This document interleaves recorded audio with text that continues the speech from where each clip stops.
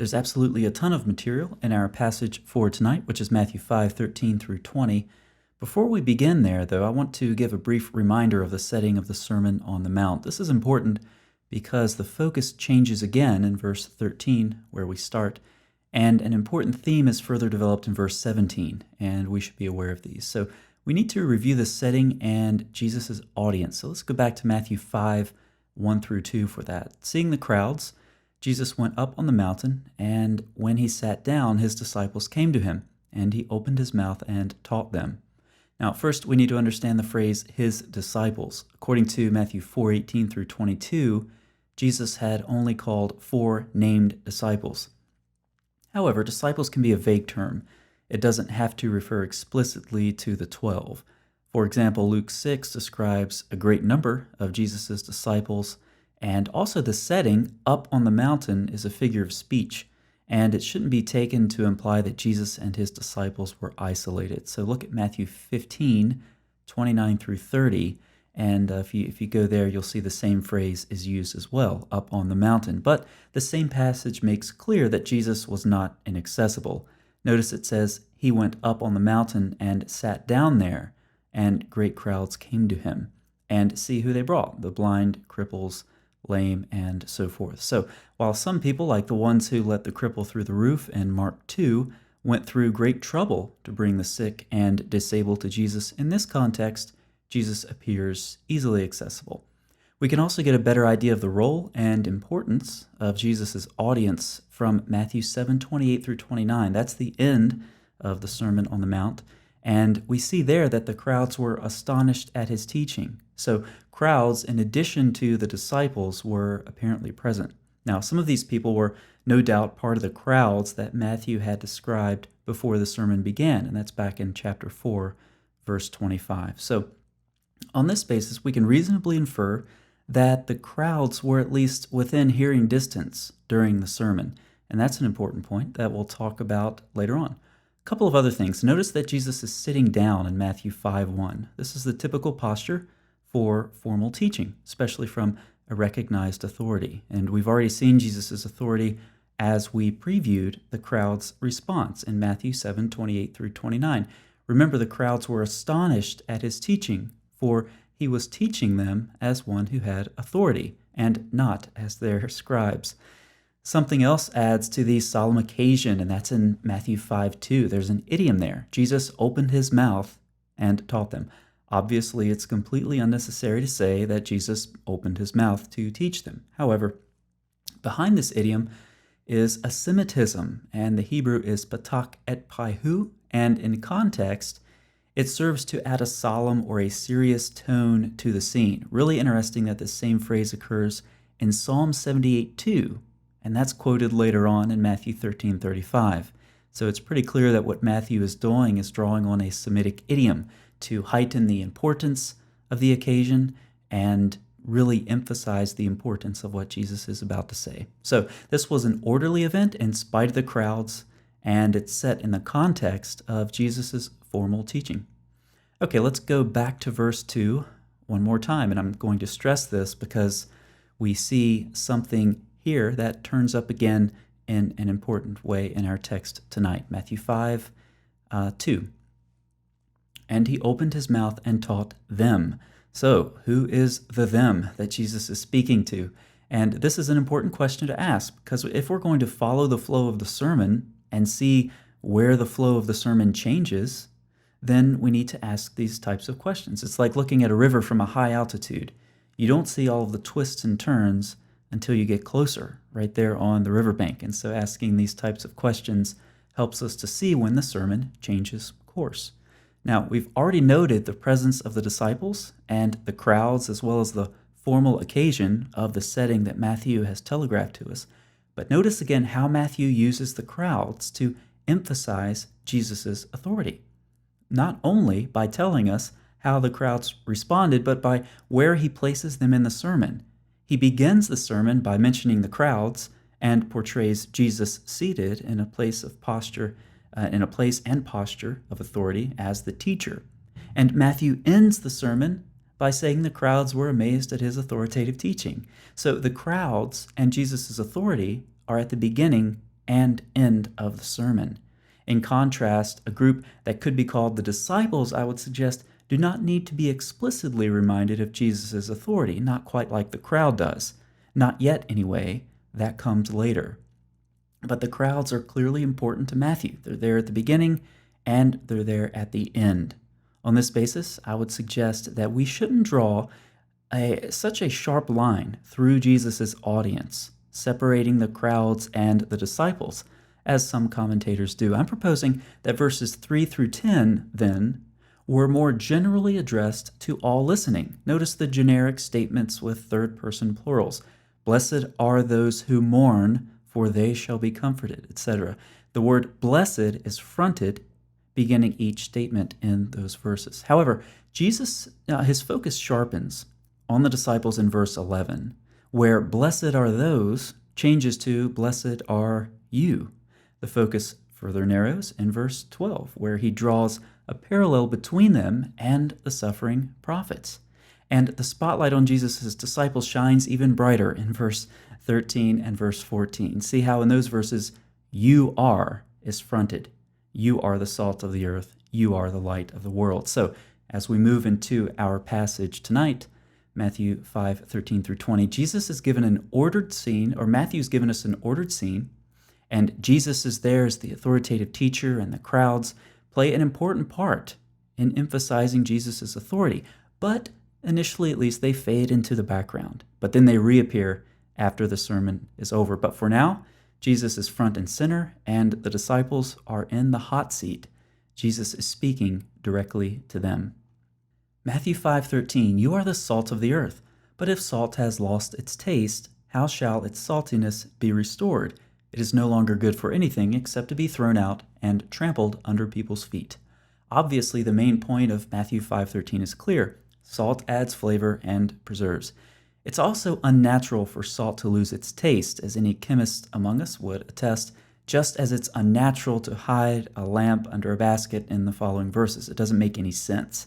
Now, some have commented that this is rather obscure or pedantic as an interpretation, but honestly, I disagree. I kind of like the unnatural interpretation, because once again, a lit lamp that's covered up in verse 15 doesn't make any sense either. So these things are both unnatural.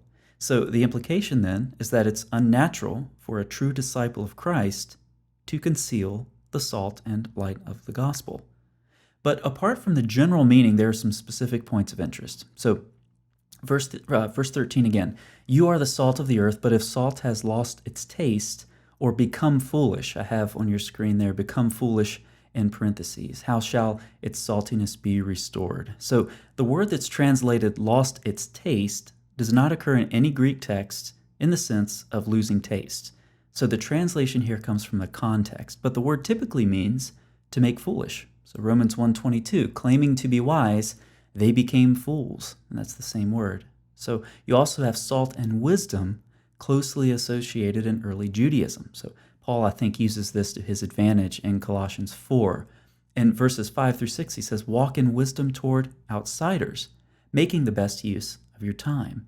Let your speech always be gracious, seasoned with salt. There it is. So you, and then he continues, so that you might know how to answer each person. Now, of course, salt is not synonymous with wisdom, but as we've seen here, they're closely related.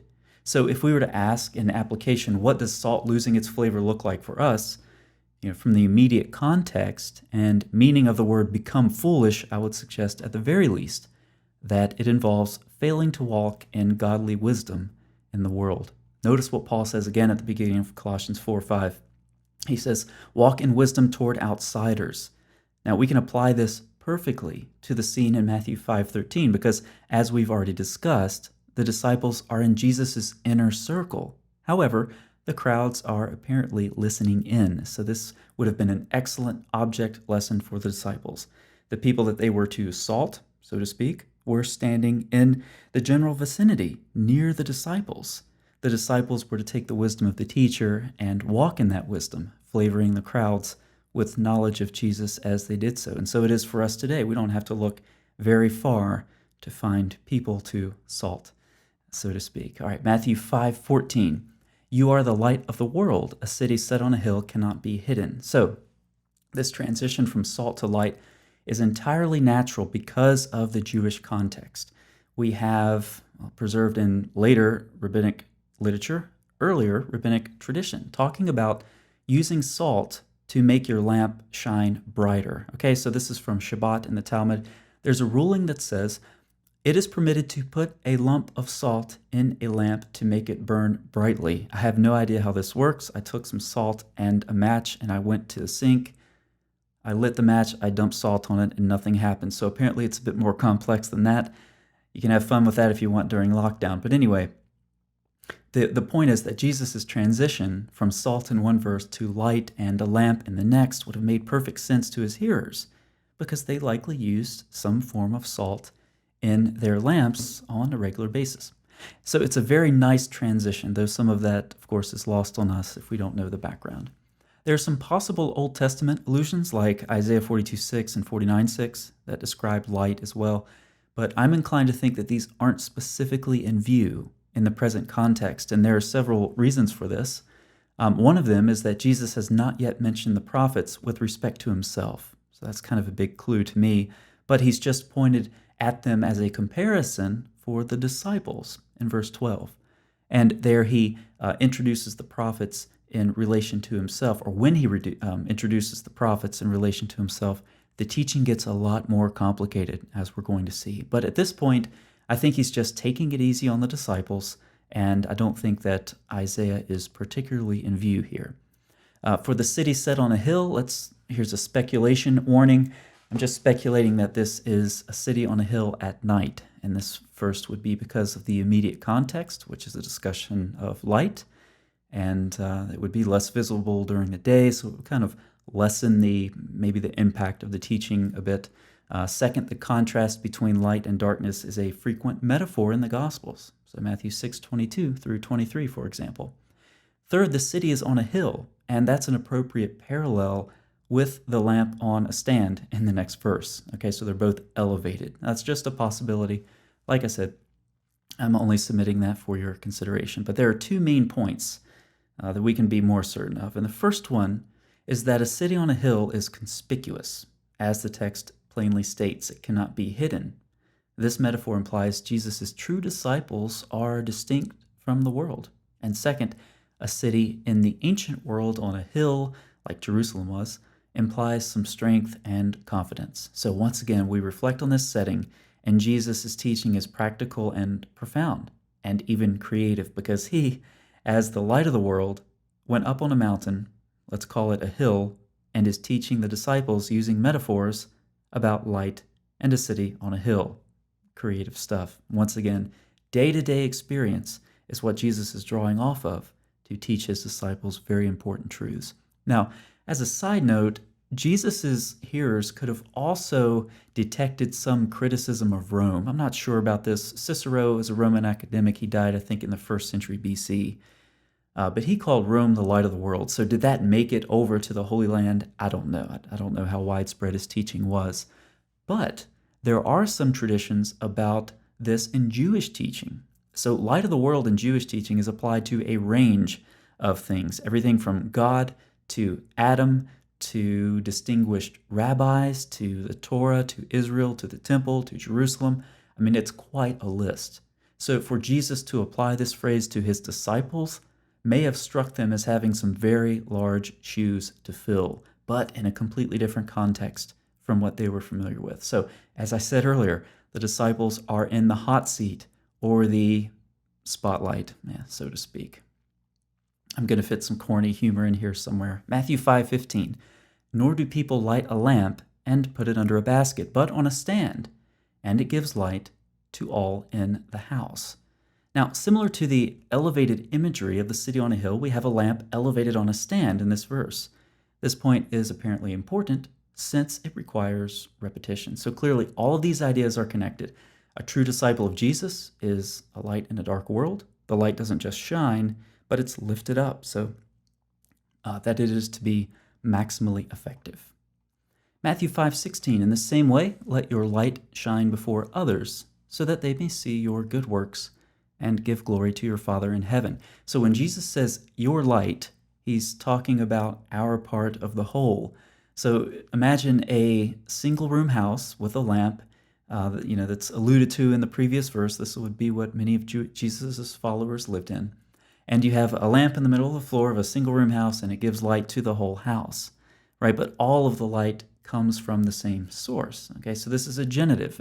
We take this as your light of Christ. So I'm thinking now of 2 Corinthians 4 through 5. Listen for all the of statements. The light of the gospel, of the glory of Christ. And Paul continues in that same context. What we proclaim is not ourselves. So this works really well with Matthew 5:16 because the phrase your light makes a very nice parallel with your Father later in the verse, which gives us the reason for putting this into practice, to give glory to God. Or like Paul said, we don't proclaim ourselves.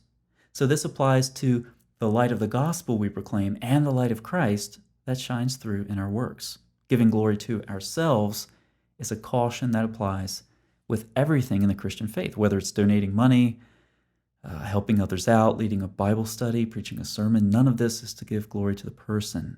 Of course, we can think of many megachurch pastors and others who clearly do not satisfy the requirement to give glory to God.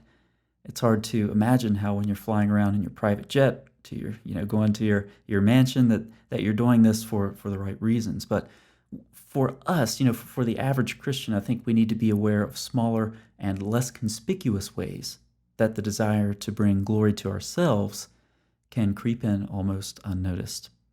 If we're going to consider the setting as we have, we can't help but comment on the use of Father for God in the theological context of first century Judaism. So obviously this was not unheard of. There are plenty of examples in the Old Testament.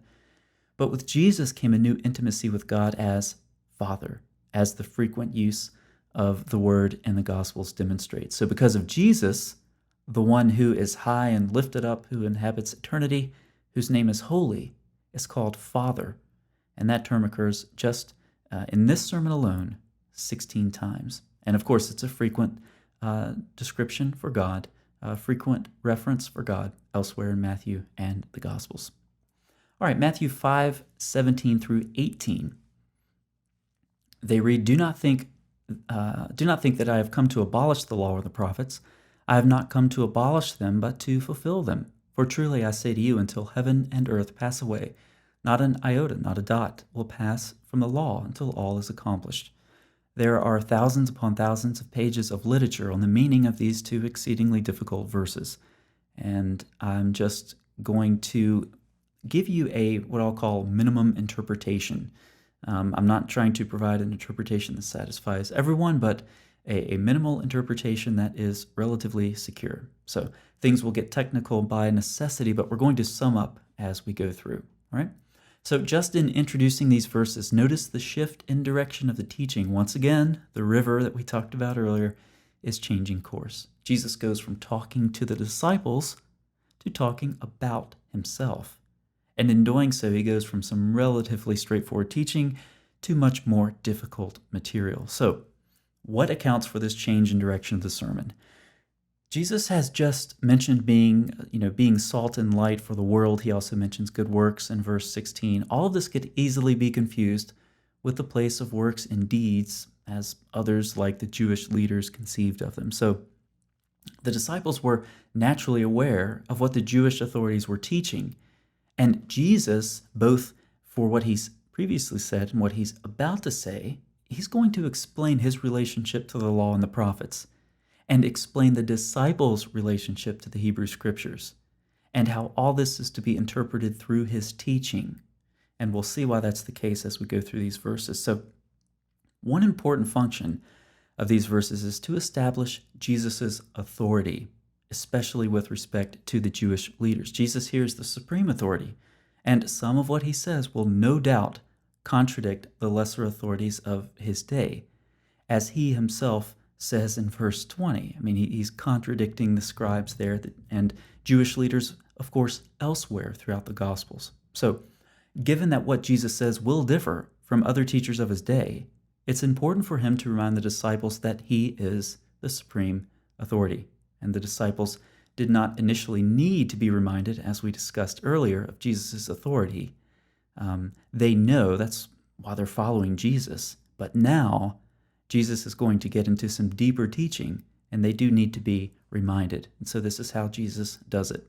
We begin with the word abolish in Matthew 5:17. We're not going to discuss this meaning at length, primarily because of time, but I'm just going to say that it's clearly a counterpart to the word fulfill, and we're going to get to that soon. Fulfill is used more in Matthew in context relevant to our verses here, so we'll define abolish in terms of fulfill. Second, we have the law and the prophets. Grouping these two together is a common Jewish idiom for the entire Old Testament. And note, the law can prophesy as well. Okay, this is from Matthew 11:13 and 14. For all the prophets and the law prophesied until John. And if you are willing to accept it, he is Elijah who is to come. So how can laws prophesy? Well, there are numerous very important ways this happens, but we don't have time to go into them, so I'm just going to leave you with that question to ponder for yourself. Then we have the word abolish again. So notice Jesus says twice that he didn't come to abolish the law, and then gives the reason he did come, to fulfill. Now, on the word fulfill, I have several suggested meanings on your screen, which are in some sense complementary and certainly not mutually exclusive. And the one I prefer is in bold because it's the most complete and I think it fits the best. So here they are. Fulfill, number one, to bring out the full meaning. To bring out the full meaning. Number two, bring to its destined end. And number three, the coming about of what the law and prophets anticipated. And I prefer this definition, the coming about of what the law and the prophets anticipated, because 10 times in Matthew he uses this clause to fulfill what had been spoken by the prophet saying. And I have a couple of examples on your screen from Matthew 1, 4, and 12. So Matthew is clearly saying that the course plotted by the law and the prophets has reached its destination in Jesus in each of these cases. And this interpretation is supported by other passages. We already talked about Matthew 11, 13, and 14. I want to go back to those. For all the prophets and the law prophesied, notice this temporal indicator, until John. And if you are willing to accept it, he is Elijah who is to come. There's also a temporal indicator in Galatians 4:4. But when the fullness of time had come, God sent forth his Son. So this is a very important point which we're going to return to later. But for now, let's move into verse 18, and then we'll come back and summarize these two verses. So, verse 18, for truly I say to you, until heaven and earth pass away, not an iota, not a dot will pass from the law until all is accomplished. So verse 18 begins with Jesus' signature phrase, as some commentators call it, truly I say to you. But before that, there's the word for. And this is very important because it's an explanatory conjunction which indicates that verse 18 is exegetically subordinate to verse 17. So that means we interpret verse 18 in light of and in further explanation of verse 17, not the other way around.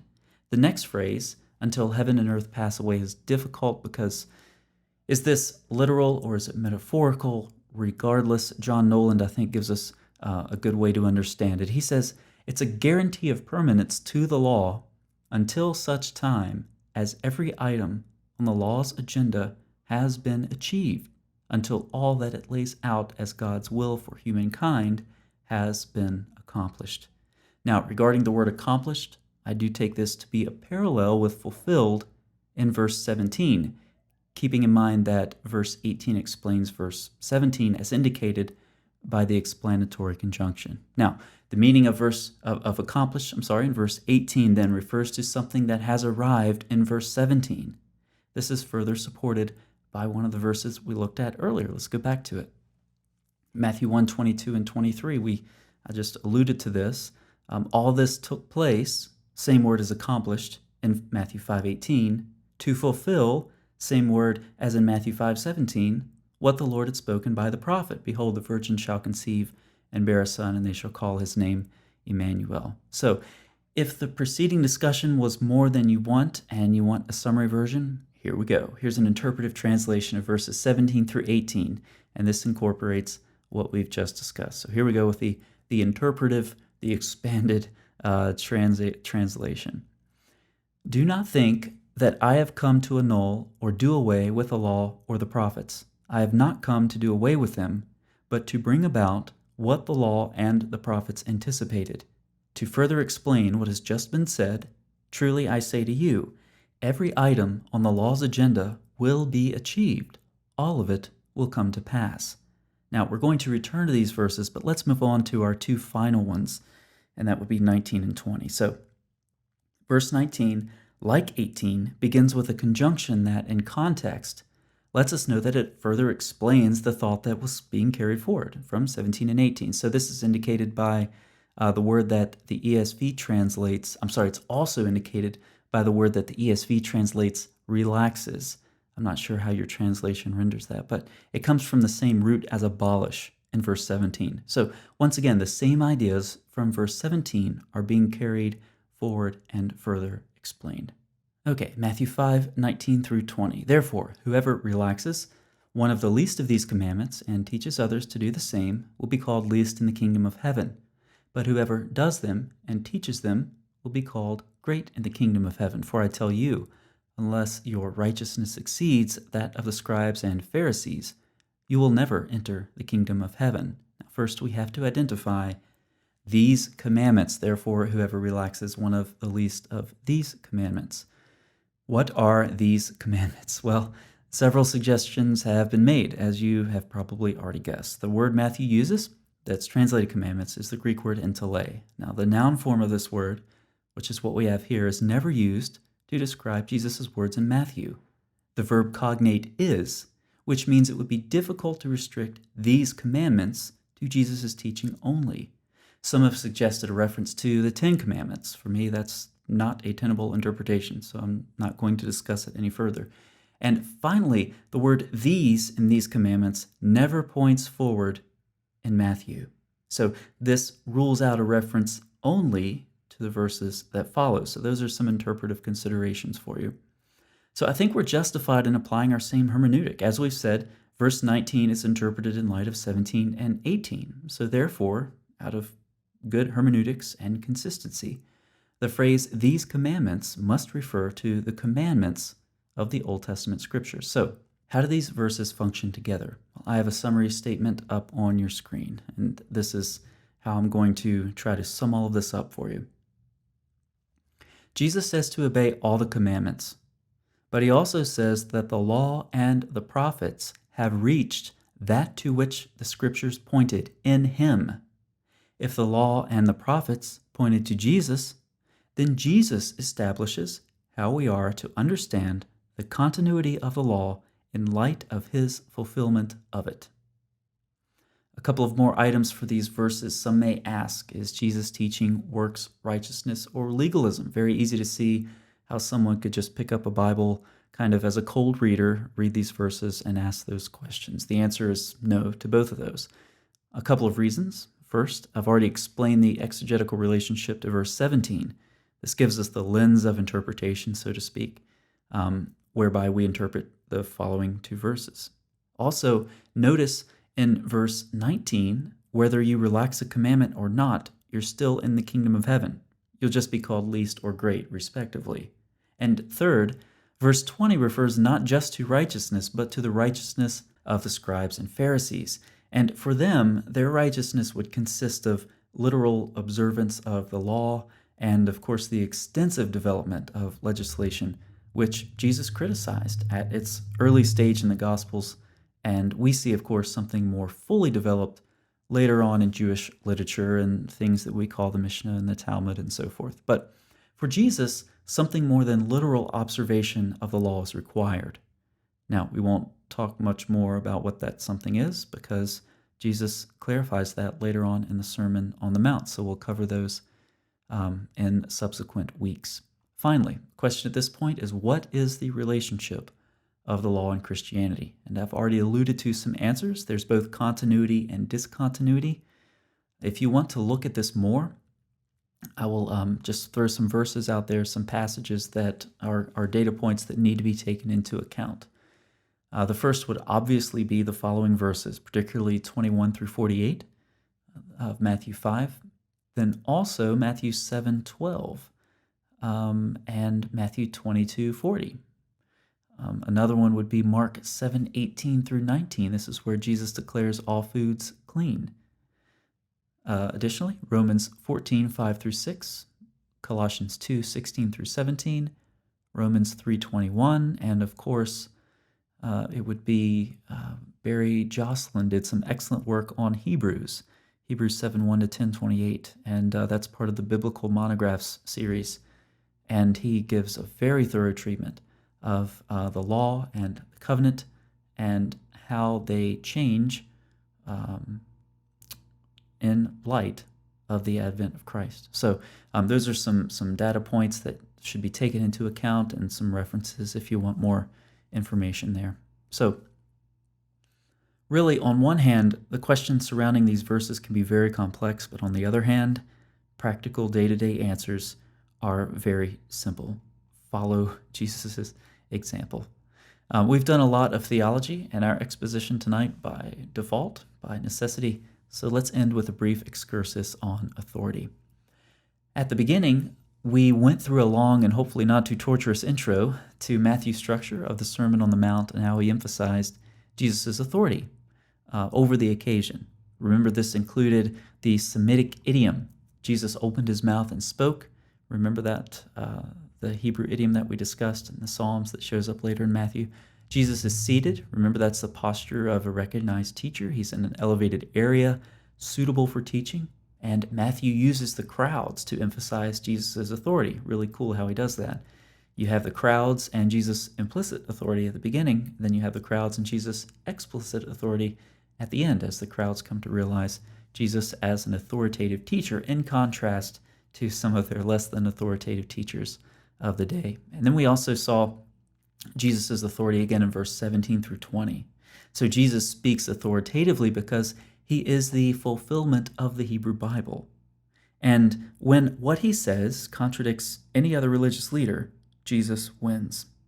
After these observations, I surveyed some literature and was happy to find that there's actually been a lot written on how Matthew uses Jesus' authority and emphasizes it, especially in the context of the Sermon on the Mount. So with this much certain, let's take it a step further. Notice what happens with the disciples and early church, and even, of course, with Jesus in the Gospels, right? Who is against them? It's authorities of some type. Maybe it's the earthly authorities or the authorities, the otherworldly authorities that Paul describes in Ephesians 6. There's opposition, right? So you have Jesus' authority and then later the apostles' authority. And this is juxtaposed with earthly authorities and others who are trying to silence the voices of the early church, and some were silenced with martyrdom, though of course their testimony lives on. So the application to us would be to recall Jesus' authority, even as in our modern day we see authorities who are increasingly hostile to Christianity. However, we have the authority of the gospel of Jesus that we are to proclaim, and we should do so boldly, knowing that we're backed by the authority of the teacher of the Sermon on the Mount. So that's all I have for tonight's study. Just open it up for questions and comments.